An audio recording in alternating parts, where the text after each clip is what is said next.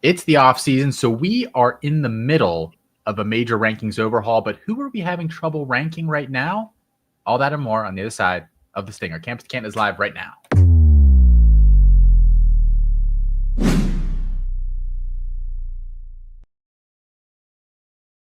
It's Austin, Nace, Matt Bruening here from Campus2Canton. As always, guys, thanks for tuning in. Make sure you're dropping a like here on the video if you're watching us live. Subscribe here to the YouTube channel. Turn those notifications on so you see whenever we are live or drop new video content. And while you're at it, why aren't you checking out everything that we do? Heading over to Campus2Canton.com. Check out the podcast feed, all that good stuff. Yeah, Matt. I think the intro said it all. We are in the process, this February process every year, January, February, of ruling over the rankings. We've deleted out all the guys that are gone, I think. I always find a random guy in like June that has actually been gone, and I didn't realize it. Yeah. Yeah, we're holding all of our rankings right now. And there's always guys that just, it's tough to rank them. You know, the situation we don't really know that much about.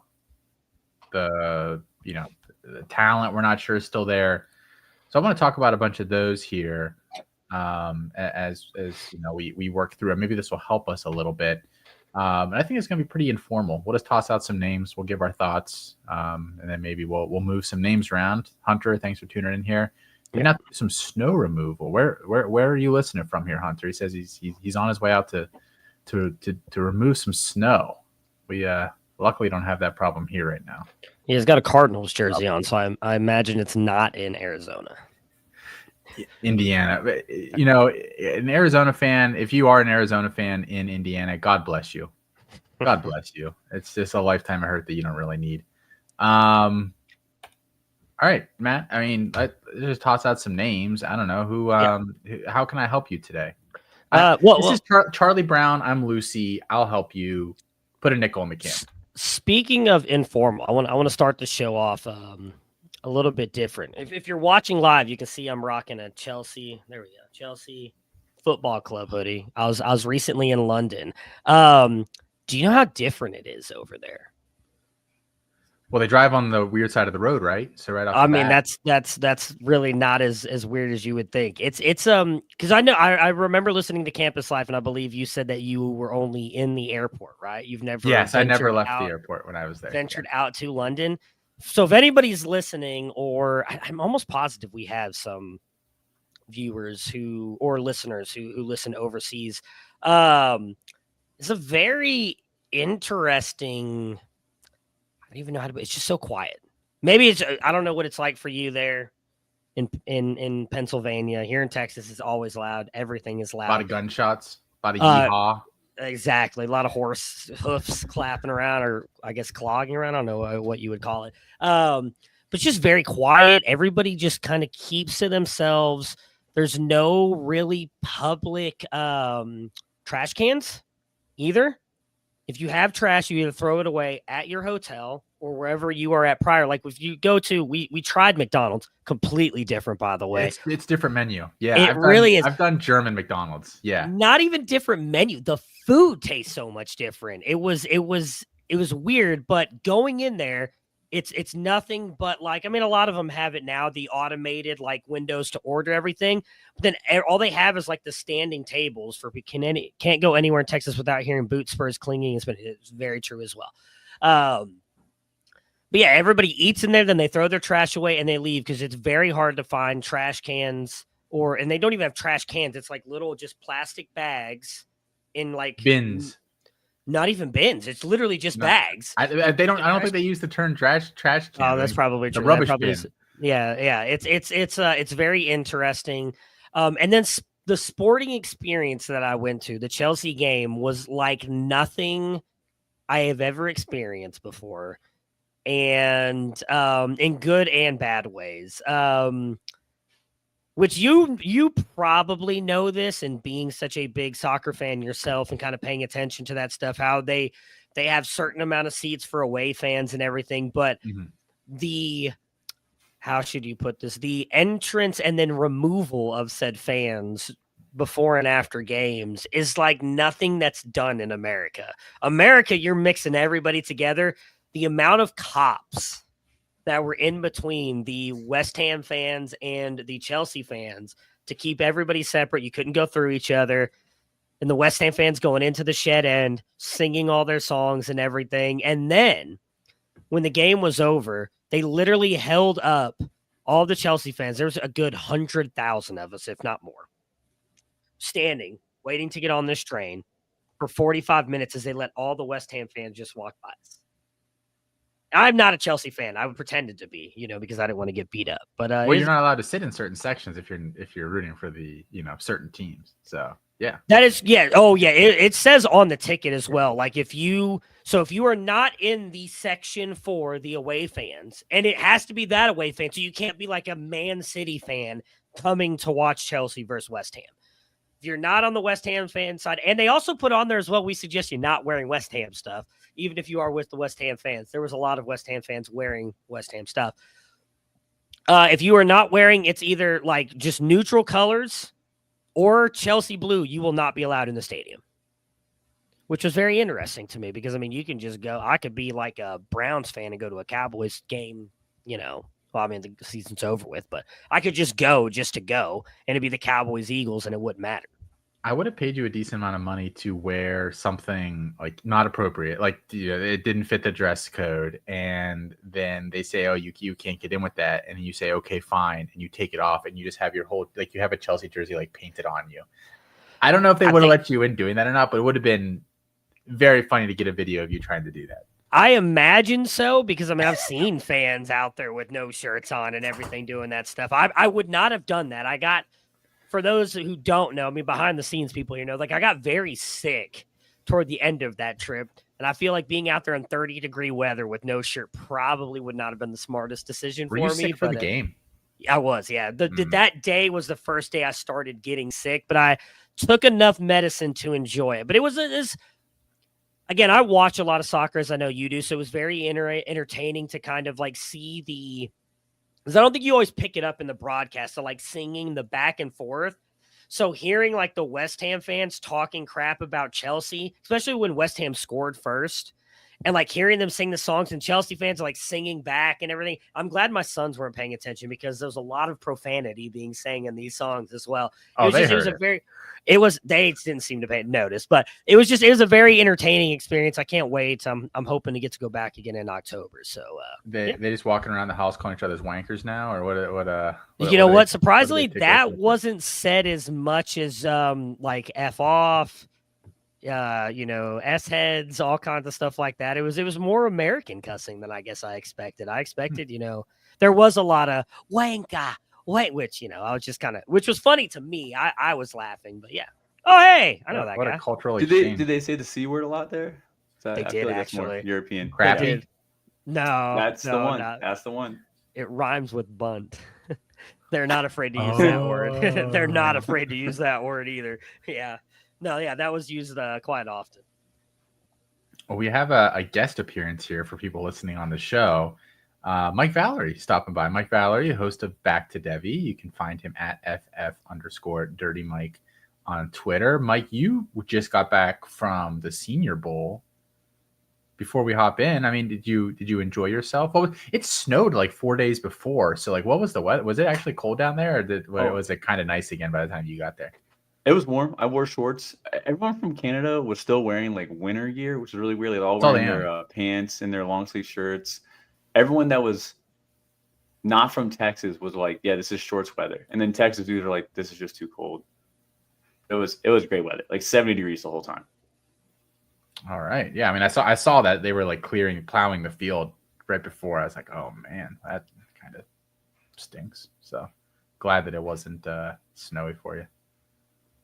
Who was you get to pick one winner from the week? Who was it before we start talking about this? Jack Bash, the one winner. Do you actually do you like him now? Yeah, I do. I've been writing the articles for the mock draft movement and stuff like that. I've seen him in one or two mock drafts total, and now I'm expecting to be healthily in day two of mock drafts. So he certainly made millions of dollars there. I'm not a believer. Rookie drafts come around for your dynasty leagues. I'm grabbing him in the third. I'm grabbing in the third. Maybe there's no chance he's going to be there in the third. People are talking about him as like a 201 kind of guy in Superflex. No. That's the type of dude I'll grab late second, depending on where he goes. Go somewhere like there's clear opportunity, late second, but like early third. That's my guy spot. I'm surprised Austin went optimistic, so I'll go negative. Who is the person who cost themselves money? Harold Fannin. He lost millions. He lost millions. He lost this year's Tez Walker. This year's Tez Walker. Gotcha. All right. So yeah, I mean, again, we mentioned this is going to be kind of an informal discussion. Just some guys. Mike, you said you just texted me and said I'm coming on. I just finished updating my Debbie ranking. So, you're the guy that's topping on here as the guest, Mike. I don't know. I mean, who's a player that you had maybe the hardest time ranking at any position? Don't talk tight ends. If you talk tight ends, you're never welcome back here. I'm not going to talk tight ends. We've talked behind the scenes plenty about how rough like the running back class is now is clearing out, and like Fluff Bothwell. How are we feeling about him? From a Debbie perspective? Both. Really, it's a C2C show, but like Debbie too. Yeah, obviously, from my perspective. I legit don't care about him. I don't think from a Debbie perspective. I don't know. There's a lot of guys not to care about this year. Yeah, that's right. Fair. Do you think he's the starter at Mississippi State? Who else do they have?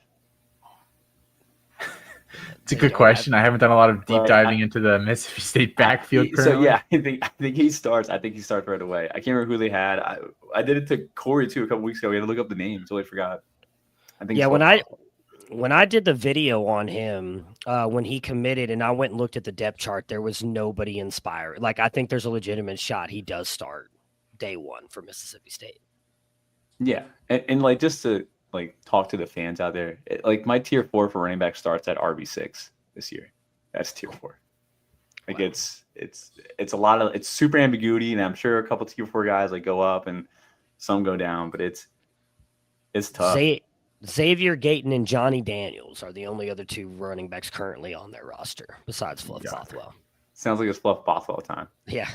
So I don't know. I have him ranked at 27. So, I mean, I don't, but that again, that's C2C rankings. I don't do Devi anymore. I don't know where to put him. I mean, I was trying to pull him up in our thing. What is he? I think he's 40 something in our C2C rankings right now. So, okay. Yeah, I've got him in a big mismatch of guys. 43 average rank right now. Yeah. It's not good. He's tough. A quarterback, which I actually saw Austin's rank. Austin, have your Debbie rankings been updated recently somewhat? Yeah, I got all the guys out, and my quarterbacks are the one. Like, I feel really, really good about where I have my quarterbacks. Right back wide receiver is a little iffier, but yeah. So Matt, like, what do you think about Jackson Arnold? Like, not to rehash this debate, but I see Austin's really close to what I'm thinking, even though he's not really saying it. I think I have him C2C wise probably down near 20, 17 to the 20 range right now. But I don't know Devi wise. I'd probably maybe 15. Okay. I'm trying to think of who I would have ahead of him in Devi. Where do you guys have him ranked? For Devi, I have him QB 25.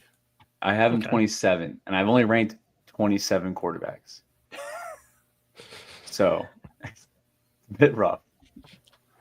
But no, I don't like it's been debated and will be debated over the spring too. I just didn't see any flashes really at Oklahoma and feel good about him. Yeah.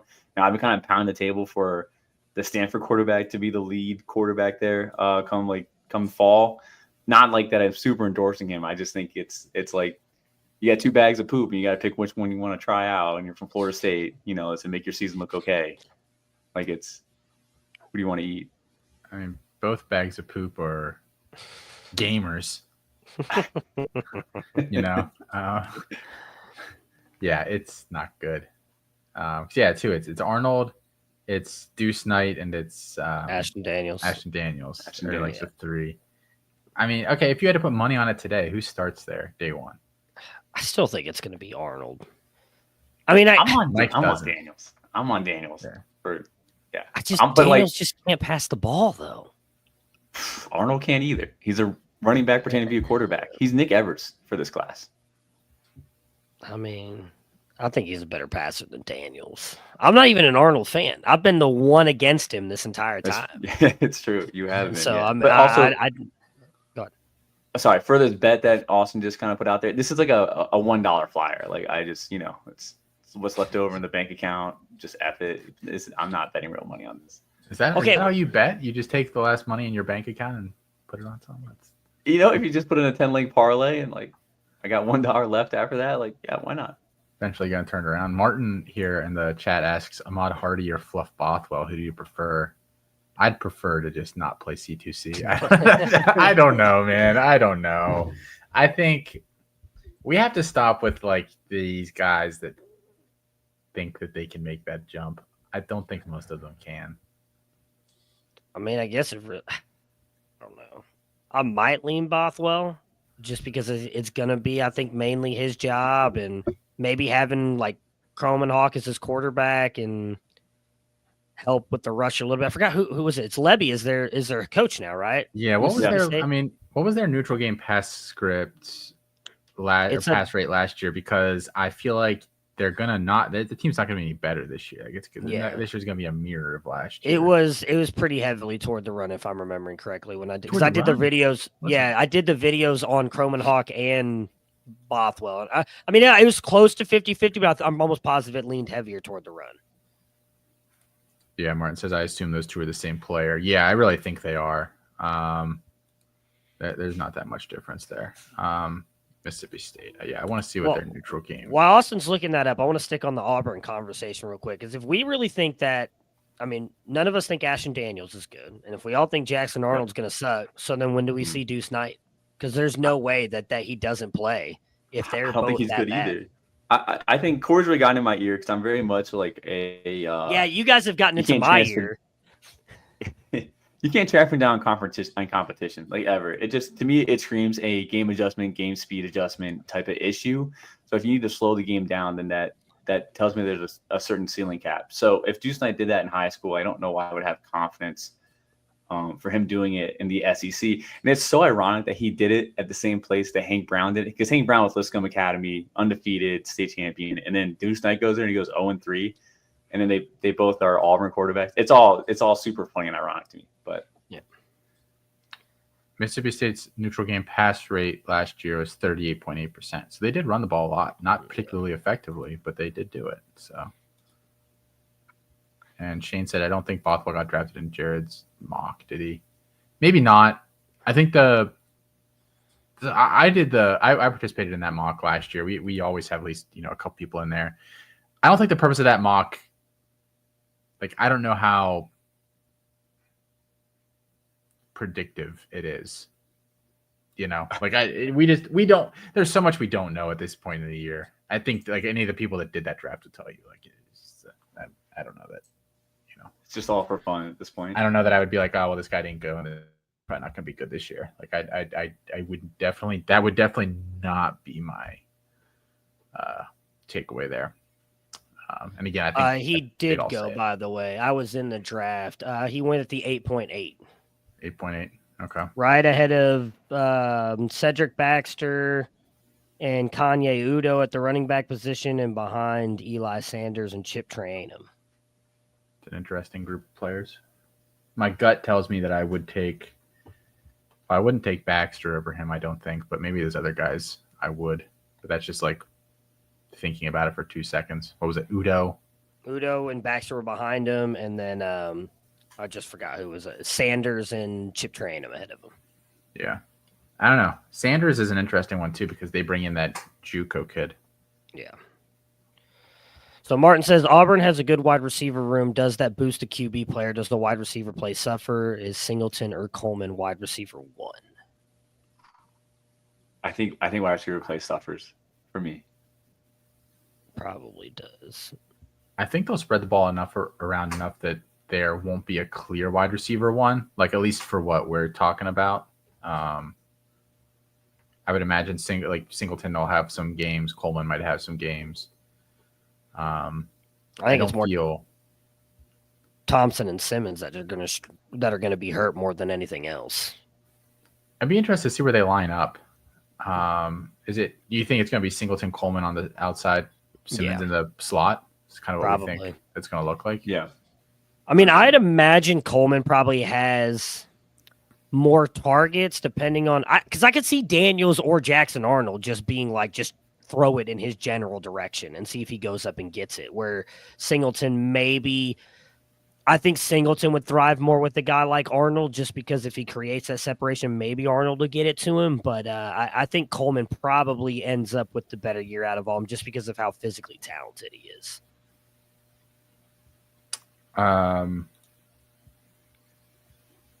Yeah, I'm with him on that. Yeah, I think it's Coleman's gonna be just fine. The other guys will suffer.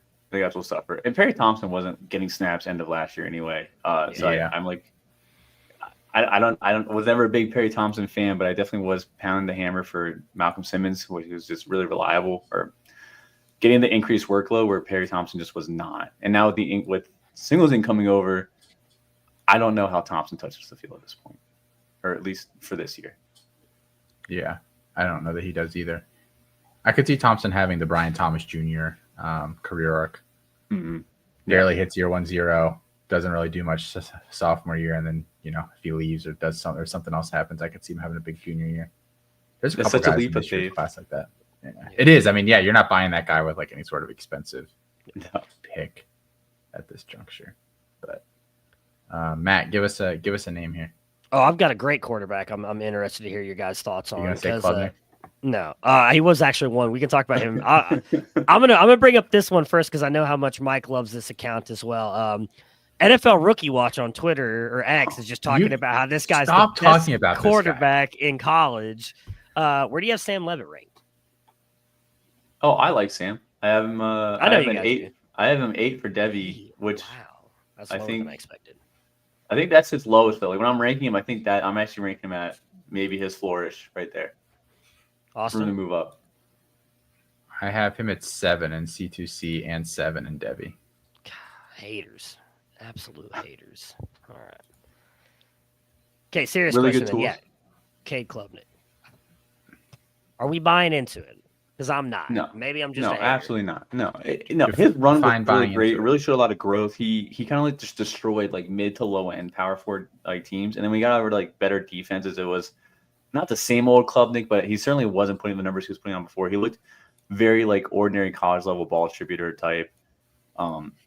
I think he went from like UDFA to like day 3 quarterback like over last year, but like there still needs to be another jump. Can you say that louder for the people in the back named Chris Moxley, who continues to say I hate on the guy when I said the exact same thing? He was great against bad competition. And then the other thing that everybody brings up is the Texas game. Okay, but he was forced to throw the ball a ton in that game. And It's Texas like, defense, I don't think was as good as people say, but Tristan asked, it felt like if people were hyping up Klubnik because of the Texas game, it like feels the same if you were to be like, well, Pat Mahomes threw 2 late touchdowns in the 4th quarter against the Super Bowl. Yeah. Like it's just like, yeah, we all saw the game. No one cared. Defense didn't care. No one cared. No one cared to play the game anymore at that point. Tristan says, what's the difference between Klubnik now and Cam Ward before he went to Miami? I mean, I think Cam Ward has a much better arm, right? Yeah. And the mobility was on display, which everyone knows is like the number one trait. Klubnik's a mobile guy. Oh, Klubnik runs around the backfield, like creating time for like the play to develop. He runs more than he scrambles. Yeah. He is a better runner than Yeah. Cam Ward is. Yeah. Okay. He's probably a worse scrambler, if that makes sense. It does to me, yeah. I just think the ability of the pocket, like you can't say Cam Ward didn't have that going into Miami. He always had that. He had that first year at Washington State when he was bad. So I don't know. I mean, I have Klubnik ranked. Where do I have him? I think I have him at 14 now. I mean, I don't think that's an unfair rank. Sure, he could probably be a little bit higher. I have him. Dante Moore ahead of him, and I still have Josh Hoover ahead of him. Like I could probably drop both of those guys. Maybe this year will be the year that he finally proves it. But maybe some of this is just unfair hate on him and the fact that he's a 5-star quarterback, was the number 1 quarterback in his class. Everybody talked about this great player, and I've not seen that. I don't think he has the requisite arm talent to really be like an NFL star either. So I don't know. I feel like he's had a very good wide receiver room. I know he did not have a good offensive line. that first year. So I'm willing to give him some kind of benefit of the doubt on that. But the offensive line was not that bad last year. And again, it's just when it mattered. I mean, God, look, he was not doing it against defenses that it mattered against. And I'm not even just talking about what was Georgia game. You can throw that out the window. Fine. You want to take the one bad game out? Fine. In those other games, he just did not play that well. And I can't remember exactly which ones it was. I mentioned it to Chris K, and he was kind of like, okay, yeah, that's actually fair. But all those games, like if it was not poor competition, he looked like the same old K Club. Tristan's continuing to talk in the chat, and it's interesting, in terms of the difference between Ward and Klubnik.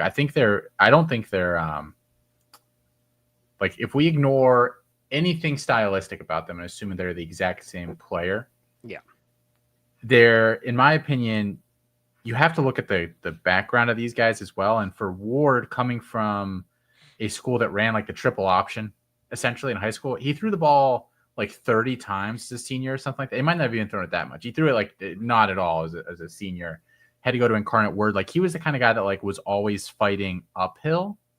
Whereas I feel like Klubnik was a guy that the stock doesn't get any higher coming into to college. You're the top dog, and he, through the first few years is on a straight downward slope. So I don't know that they're like those making the comparisons, like, again, ignoring all the other stuff, is like, I think those are kind of difficult comparisons to make. And I will, like he said, Ward was a lock to be drafted before or wasn't like he was a lock to be drafted before day 3. I think he would have gone probably 3rd round. Before Miami? Dan Bruger last year tweeted out that he texted 3 scouts and they all came back telling him that they had 5th round grades on Cam Ward last year. Yeah. I think he would have gone. I think he would have done well in the draft process. Yeah. So he would have been a guy, like, he probably would have been a Shrine Bowl guy. Probably would have gone there, played well, probably done well at the combine. So, yeah. Is it my turn to throw out a name? Is that where we're at here? Yeah. We haven't got so wide receiver yet. Yeah. How about JoJo Trader? Oh, God. I have to respect the process. I have him down in the 80s. Like, I just had to respect the process. But would it shock anybody if he's the leading receiver for Miami this year? No. Okay, you're trying to sell us for the CFF upside, not the Devi upside, and I could agree with that. So I'm also with Matt. I would agree that no, I would not be shocked. Yeah. I mean, it was always like a day 2 kind of bet, maybe. Like, like, I don't think any of us were like, this guy has round 1 potential. I thought the tools were there, but it's an uphill battle going to Miami. Initially, I mean, he compares pretty favorably to what's his name, who was one of the guys that beat year 1-0.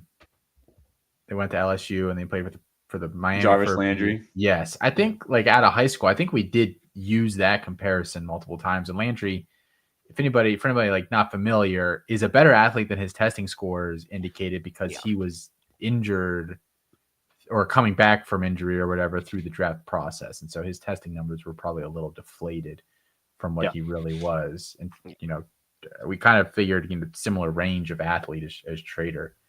I don't know. I mean, like, should Trader be like, I have him in the 70s. Is that too low? If you think he's potentially the wide receiver 1 for Miami, should he be a lot higher? I think there's a lot of other question marks. Like, what does Carson Beck look like this year?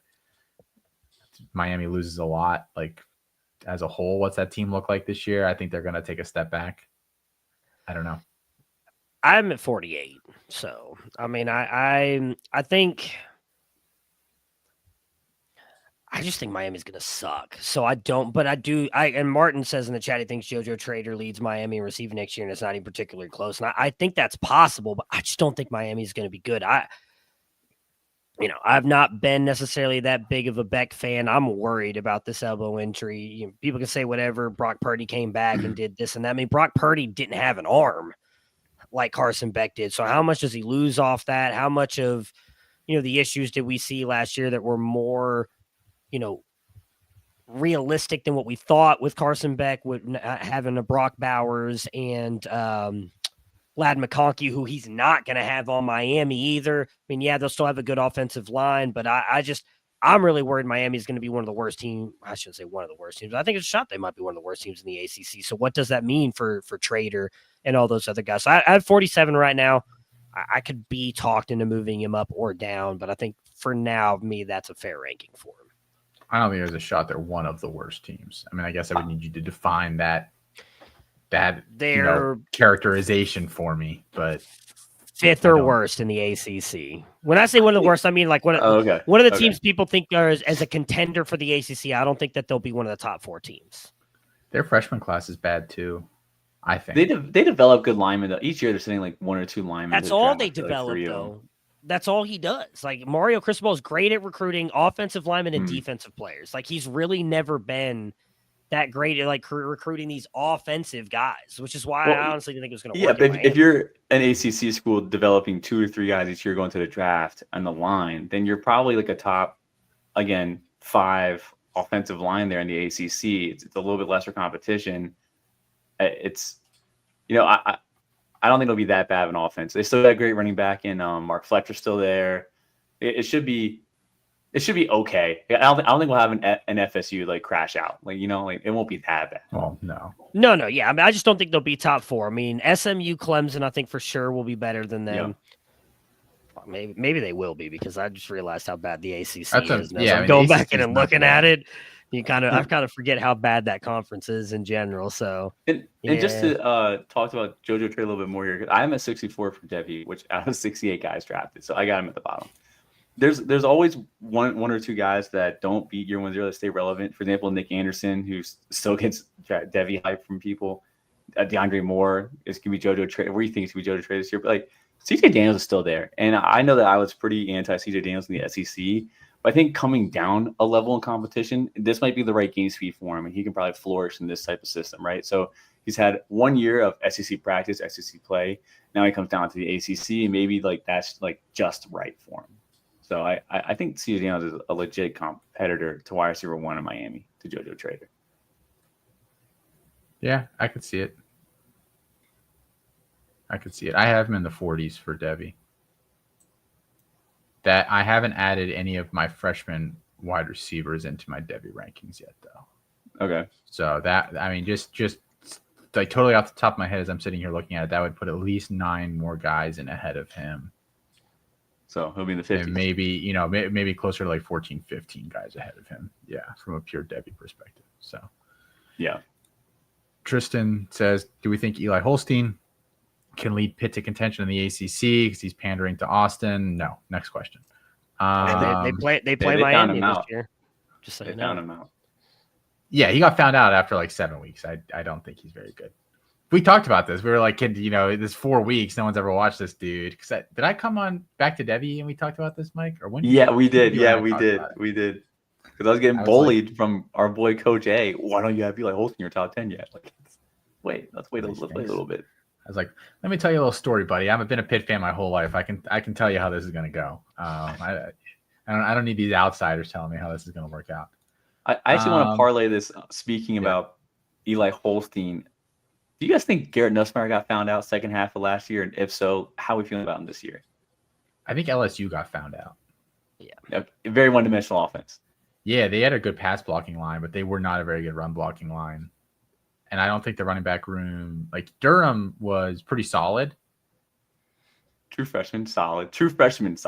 Yeah, he was pretty solid. But I mean, like the other guy, like Caleb Jackson was 30 pounds overweight. Josh Williams wasn't good. Like he was good for like a play here or there. But like I just think teams were like, we can rush 3 or 4. We can probably stop the run like that. And then we'll just make Garrett Nussmeier throw the ball into crazy tight windows. Because the other problem for LSU last year was they didn't really have a guy stretching the field. No. If you as a defense could keep everything in front of you, like Aaron Anderson, I know he had 1 or 2 explosive plays, but like he's a guy that's like run after the catch. Like Kyron Lacey was like a guy I was saying, like, I think he's like Rashee Rice, like how you use him, like underneath, let him get the ball in his hands, intermediate game. Like they had nothing on that team that was like, we are scared. So all you had to do is kind of sit the safeties at the 25 yards, 30 yards back from the line of scrimmage, say you can't get anything beyond us. We don't have to rush the passer either to make that happen. Like, I just think teams were just they just ate him up once they figured that out. I think South Carolina started that blueprint, even though they lost that game. South Carolina in that game, you could kind of see the beginnings of that. What was that? Week 5, week 6, I think. Yeah. So. Yeah. Oh, your friend Corey's here. I see that. Look at that, Mike. He's angry. He's texting me saying that he's mad that you're cheating on him. So you're gonna have to answer to Mr. Pereira when you get. I'm staying up late tonight to make a graphic for us later. Hopefully, you'll see them. So I will say that I do think, I don't know. I mean, where do you guys have Nussmeier ranked? I have him 6 for both, and that feels high. I have him 9, right behind Sam Levitt, and it's the only player I would consider moving above Sam Levitt. When I said I have Sam Levitt as like bottom, basically, that's the only player I might consider flipping him over him. I literally have him the spot ahead of Levitt, like 6 and 7, and I think talent wise comparable. I have Nuss at 8. I have Levitt at 4. So you're the wrong person to ask, though.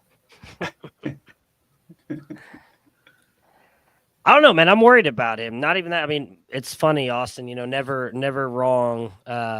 Just early, I think we're starting to realize Brian Kelly not really good coach, and how much of his success really should be credited to Mike Denbrock, because dude has not been good when Mike Denbrock has not been on his staff.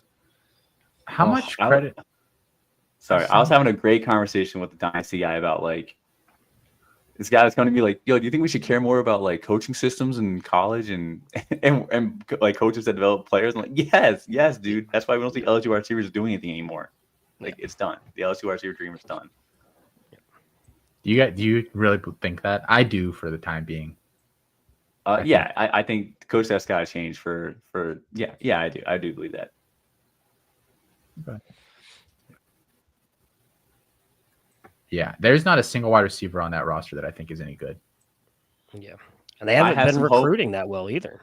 I have some hope for Berrien. Like, I think he's a bounce back candidate, but like not a player you're investing in though. Not a player you're paying a lot for. Berrien's an awesome athlete. And again, like, maybe we can blame Kentucky for this, but I haven't seen a lick of development out of the kid in 3 years. Like, it's just not been going well. We're not calling manufactured plays for him either. Like, I hope they do that at least at LSU, where they give him like 3 manufactured touches a game. We weren't doing that. Yeah, I mean, I think he's a guy that you need to get him, not only have him running routes, but get him the ball just in like creative ways and let him cook. I think you're going to be holding your breath on that one. I don't remember seeing very intuitive play calling there with LSU last year. So somebody asked, does Trey'Dez Green actually break out, or does he go the way of Hakeem Williams? Well, I think the big difference between them is that Hakeem, like, you can put Trey'Dez in the slot essentially and just let him bully whoever's across from him. Hakeem can't play in the slot. He has a career slot percentage of 6.7%. Like, you had to put him out wide. And the lack of, we've told this story before. I don't know if we've ever really talked about it on this show. Like, for a while, our recruiting team was charting high school receivers, and he was literally the worst charted player in terms of yards of separation created that we had in our database. Hakeem Williams was. So we were like, yeah, this guy is like the best athlete, one of the best athletes we've ever seen, but he is also literally the worst wide receiver that we've ever watched. So, true story. So to answer your question, I think not, because you couldn't just let Trey'Dez out basketball people in the slot, essentially. Yeah. He's classified as a tight end, right? Like, he's a tight end. Yeah. So. Do you think so? I think the bigger question is, does Trey'Dez Green the starter over Pimpton? Pimpton, right? No, Pimpton left for TCU. They brought in Bauer Sharp from Oklahoma, who I think is an interesting player. Like, yeah, he's not the athletic freak that Green is, but he's not a bad football player. Yeah. I would lean Trey'Dez Green, but I don't have like serious conviction behind it. Like, upside wise, I mean, I think you give the nod to Green, but like who plays the most snaps this year? It wouldn't shock me. Well, it would shock me if they play a lot of 2 tight end stuff. It would shock me based on their receivers that they attacked in the offseason. So I don't know. Meat Body says new digs for Dampier. What are we thinking for a ceiling? Like NFL ceiling or college ceiling? College. I think it's college. I assume college. What do we think? I think I have Dampier rated pretty highly, actually. Let me see. I assume it's pretty low, right? I'm pretty sure the CFF team kind of like hammered this pretty hard about like yeah, he's not going to run as much. And wasn't like most of his points last year off of like just terrible competition he could run against. It's gonna be a little bit different. It was, yeah. Again, like Arizona had one of the worst defenses in the country last year, but he did run for like 150 yards against Arizona or something like that, and like 3 touchdowns. So he can do it. So here was my thing on Dampier. And I think it's the same argument that I kind of had on Castellanos last year. Like, and yes, Castellanos lost that job, but like you as a coach telling a guy like Devin Dampier not to run is like telling a fish like to breathe out of water. Like you just can't, some things you just can't from an instinctual perspective, you can't make them happen no matter how much you want to will them to happen. So to make Dampier not run, like I think you would have to stick like a 4-foot tether around the center's ankles and say like, you just can't go anywhere. I don't know that you can keep him from doing that. And I mean, I think they're bringing Jason Beck over with him, right? Like he's coming over as the offensive coordinator. So Kyle Whittingham knows what he's getting, not just from Beck, but from Dampier. Like, I don't know if they're going to let him just run. But again, you go back and look, I think people kind of forget this. Cam Rising, they let run at Utah. And that was back when Kyle Whittingham was very much a 4 yards in a cloud of dust, let's play defense head coach. Now they're bringing in more offensive players, like bringing Eli Sanders in as well. Devin Dampier. Like I have him ranked at 22. Wait, Eli Sanders is Utah? Oh, my bad. He went to USC. You're Wayshawn Parker. Yeah, Wayshawn Parker. Yeah. There we go. Like I actually think that this is going to be a more fun offense than people give it credit for. I think they just assume because again it's Kyle Whittingham and Utah, it's just going to be defense. They're just going to ask him to sit back there and pass the ball. I don't think he's going to do what he did last year because I agree. Bad competition, but let's also be honest. How much better is the competition in the Big 12? It's not that much better, and I don't know who Utah is playing. They should likely have, again, a fairly good offensive line. So, like, I think that he's going to be a lot better than people give him credit for. I don't think – because what did he finish last year? I think he finished as a top 5 quarterback, right? Yeah, he won't do that again. Yeah, but I think he could finish as a top 24 quarterback. I don't think the drop-off is going to be that significant. UCLA, Cal Poly, Wyoming, Texas Tech, West Virginia, Arizona State, BYU, Colorado, Cincinnati, Baylor, Kansas State, Kansas. Like, none of those teams scare me. None of those teams. Okay, but look at it from the angle of last year he had to run a ton because, New Mexico's defense wasn't going to stop anybody. Like he almost had to be like a hero every single down, I guess. Where like Utah, you don't have to do that. So all this like running on necessity, like just to survive, that should be cut down. Like so, the ceiling can't be the same. You guys just kind of said that, but I think the ceiling's much lower. Yeah, I still think he can be a top 24 quarterback though. Because I think the passing could increase, but. I mean, we'll see. I mean, I don't know. I think that he's going to be fine. I think people are just kind of like writing him off because of Whittingham's, past and everything and not really taking into effect that they bring him back over and he knows what Devin Dampier is. 19 rushing touchdowns last year. What do you think that comes down to? I can get 10. Yeah, I think it'll hit double digits. Okay. Wow. He just not get sacked? Did he just not get sacked at all last year? Because 4 sacks total. 4 sacks total. Yeah, he would just take off. That's a little bit of pressure. He's gone. Because I have his PFF stuff up here and it says 1184 rushing yards. They don't take out sacks. So I was like, okay, let me pull up his stats on a different site and it's like the exact same. I was like, what? Yeah. 1,000-yard rusher. Like, I don't think he's doing that. I think we're getting like maybe. I think he can get to 700. Yeah, but 710 touctouchdowns. I mean, that's probably a QB2 though. That's again. I don't expect him to be QB5. So he's losing 9 touchdowns and he's losing 600 or 400, 500 rushing yards. Yeah, that's big. But But how much does he get back in the passing game? Because he won't just not be passing the ball. Where he was, I don't remember how much. He only threw for what, maybe 2,000 last year. 2,700, 12 touchdowns, Yeah. 12 interceptions.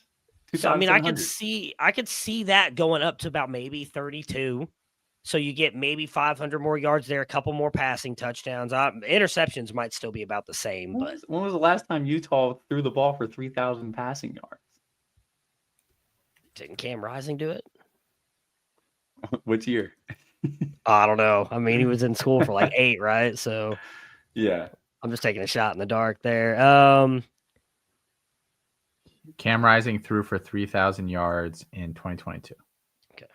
Yeah. Okay. So we got 3 years of less than.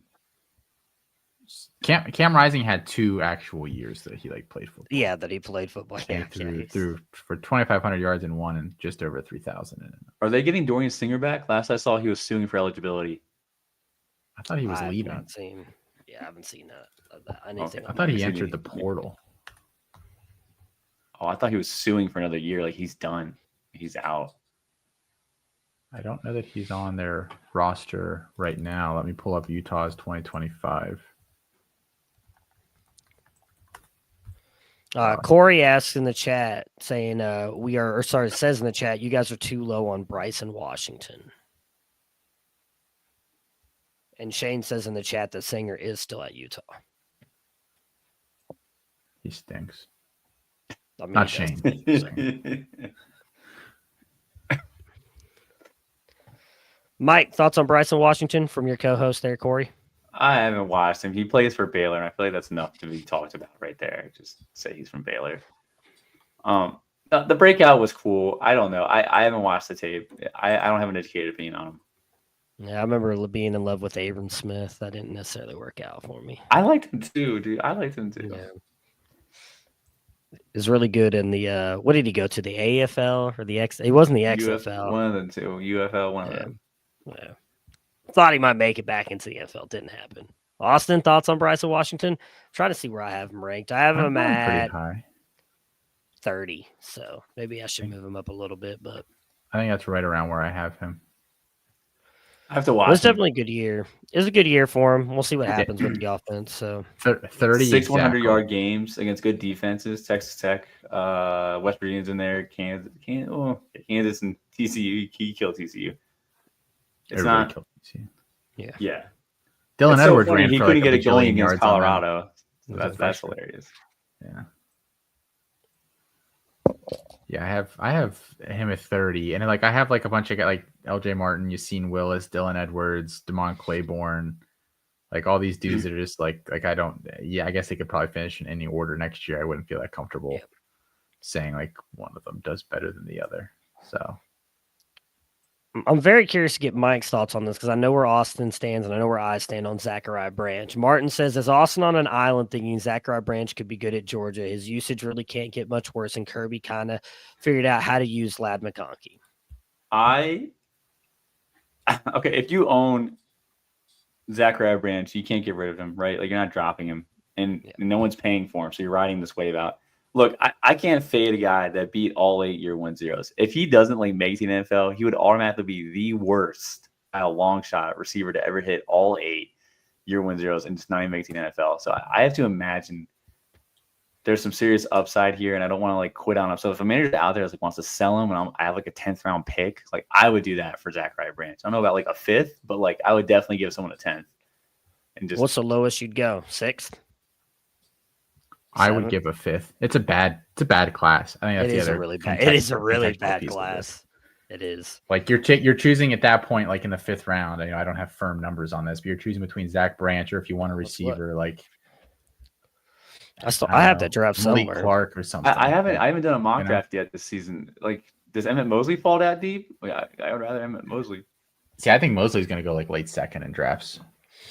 Okay, after a lot of the elite kind of freshmen go, I think he'll go in that range because people love him, and I'm not there on him yet either. From what about Terry Bussey? Would you rather Terry Bussey in the 5th? Is that where he goes? Bussey's rostered in a lot of my leagues, so I'm kind of trying to think about this because it's not one that I've really thought through. I guess I you're don't right. know. The fifth round's like that upside, right? You're not like shooting for upside at this point. The high end CFF guys are gone. The Devi guys are gone. I mean, are we assuming that Hudson doesn't step foot actually in like on the field for Texas A&M? I still got him ranked not too badly. We probably could talk Hudson too. That's a hard guy to rank right now. Yeah, I feel like that's just like outside the spirit of the question. I mean, I guess it's not. I mean, we can talk about all the Texas A&M wide receiver room. I think if Hudson doesn't play there, then I guess I'm less I mean, the guy that I'm really not interested in is Craver if all those guys stay there, because I think Craver's the guy that gets knocked. Picture less about Concepcion. You think? He had 400 receiving yards last year. That's such a step down for such a hyped up guy. They got insane amount of manufactured touches. I'm not saying that he doesn't. Is Bussy playing his role?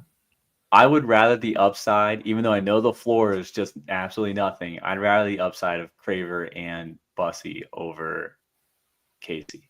I think there's a 0% chance Casey is an NFL asset, and then in college we're not really speaking like we're super hyped about the Texas A&M passing offense right now. So I don't know what his upside is for college. So I don't want to go all the way back to the Zachariah Branch thing for too long here, but I think I'd even be willing to give up a 4th round pick. I'm looking at our most recent freshman mock: Javon Boggs, Farcan Jr., Jordan Davison, Cortez Mills, James Simon, Ty Hawkins, Lloyd Jones, J.P. Powell, Joshua Moore, Teron Francis, Elijah Thomas, Elias Williams, Brian Lewis, Austin Carlisle, Michael Matthews, Quentin Gibson. Those are some of the players that have gone in rounds 4 and 5. I think I would take Zachariah Branch.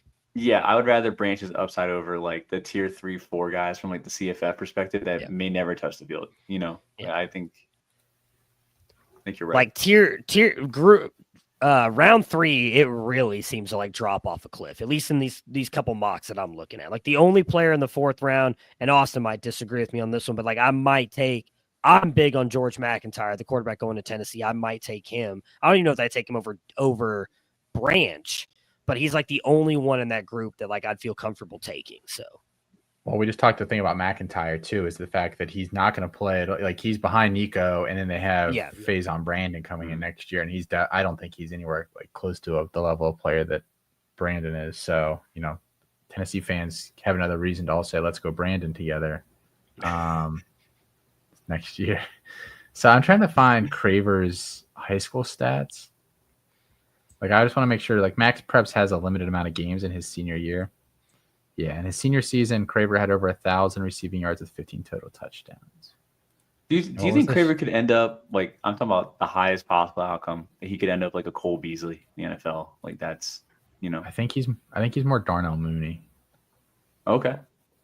Like, stylistically and size perspective, would kind of be like the bucket that I'd put him in. I'm not saying that he's Mooney, but I will be very excited to see how Texas A&M shakes out. It's just I think that's really a fun room to watch, just to find out the end results. What do you think? How big do you think Craver actually is?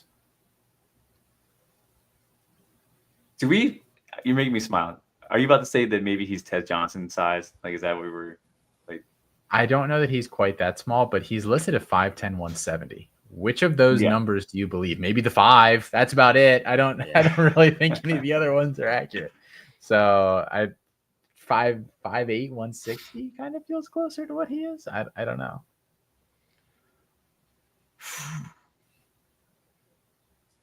Just saying. Terry Bussey, come on down. Yeah, but do we really trust any of those guys if Marcel Reed's going to be the quarterback? Well, no, you're grabbing this pick for Debbie reasons, and you're hoping something happens that looks good next year. Yeah, Martin's in the chat saying Craver can't be taller than 5'9". I agree. Matt, we're rooting for Miles O'Neal. That's what we're. I've already openly said I think Miles O'Neal wins the job because he's just a better passer. But can't run a lick though, which is going to be an issue. He's not Marcel Reed, but he can run better than he gets credit for. Yeah. He's a Austin. He can run better than he gets credit for. Yeah. Take that. I'm gonna pull up his athlete thing real quick because I'm almost positive he was. I mean, he's big and he has a big arm. So if he's got multi-sport, he's like minimum 0.5, but that doesn't mean he's a good runner. We got him at 17 miles an hour. Boy can scoot. Oh a little my! bit There's really that's what we have him at. Yeah, 17 miles an hour, 23rd percentile. 220 pounds. Yeah, 0.681. Yeah. Let me ask you guys about one of my favorite sleepers from last year, and you guys can be honest. You can hurt my feelings. Hudson Clement going to Illinois, taking the Pat Bryant role. What do we think? What do we think? Can I be honest with you? I've literally never watched Hudson Clement in any sort of in-depth view.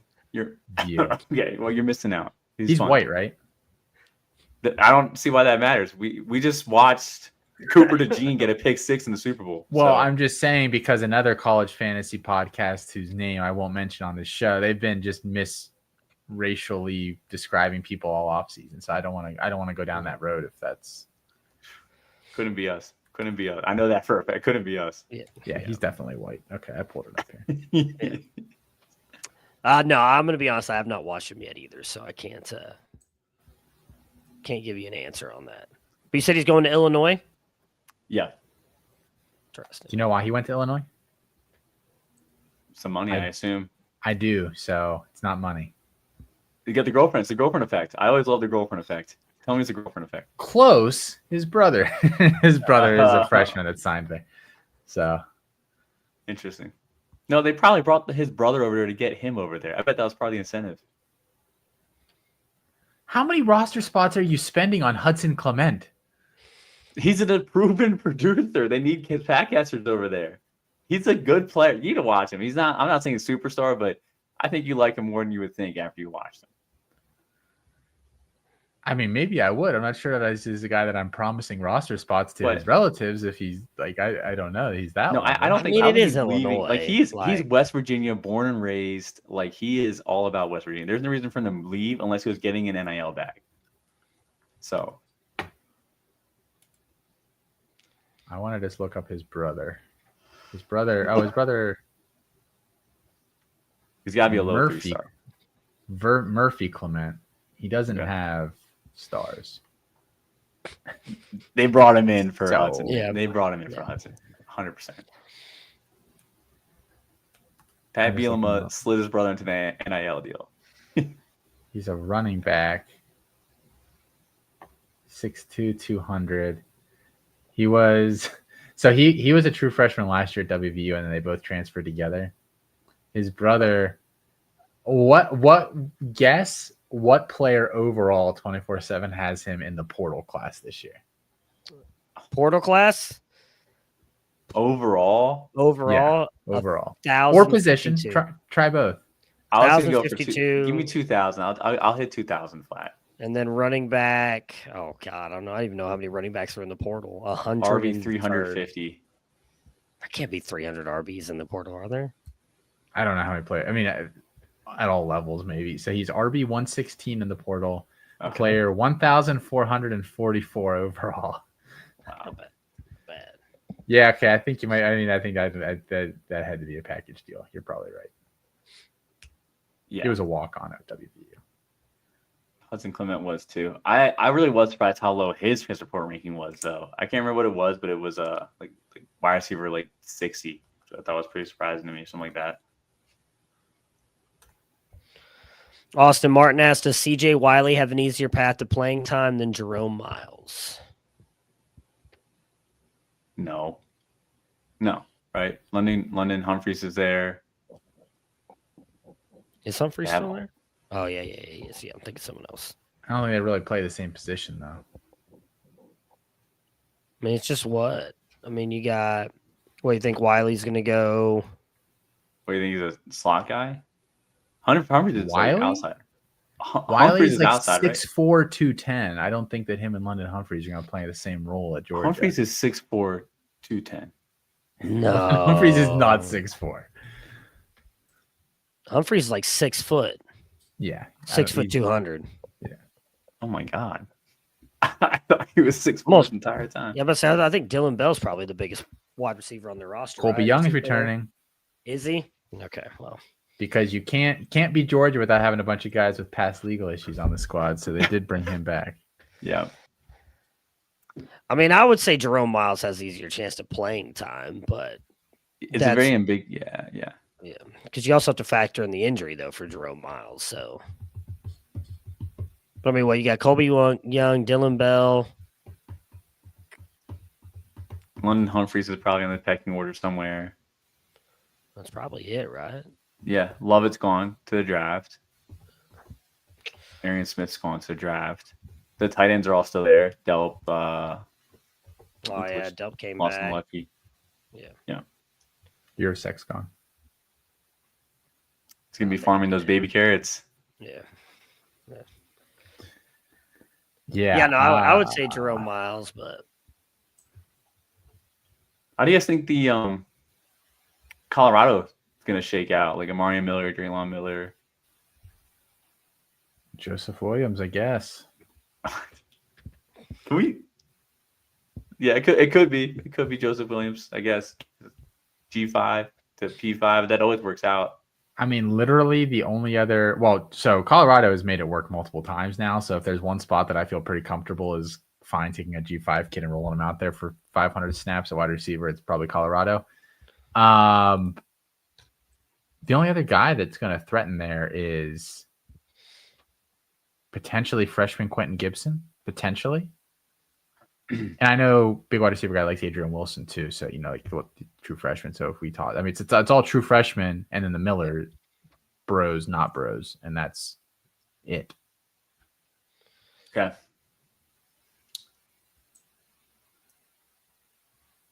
Miles might run track. I will literally end it all if Miles is running track. No, I think he'll actually be fine doing that. I mean, I don't like these guys that miss out on seniors or on spring season because they're doing another sport in college. Pick one. I thought Jerome Miles was still healing from the ACL. He's going to go run track. I mean, maybe not this year. Maybe like when he's on campus at A&M. Doesn't A&M have a good sprinting program though? I mean, he is fast, but they do. SEC, I'm sure they all do. SEC probably does have good track programs. I mean, Achan ran there. Did both. Yeah. So yeah, I mean, I think it's got to be Williams and the Miller bros, not bros. Again, we realize they're not brothers. Bros, not bros. Yeah. Way more fun to say that they're just the Miller brothers. Yeah. Who would you rather have though? The two Millers. Who would you have rank tire? I guess since this is a total ranking players.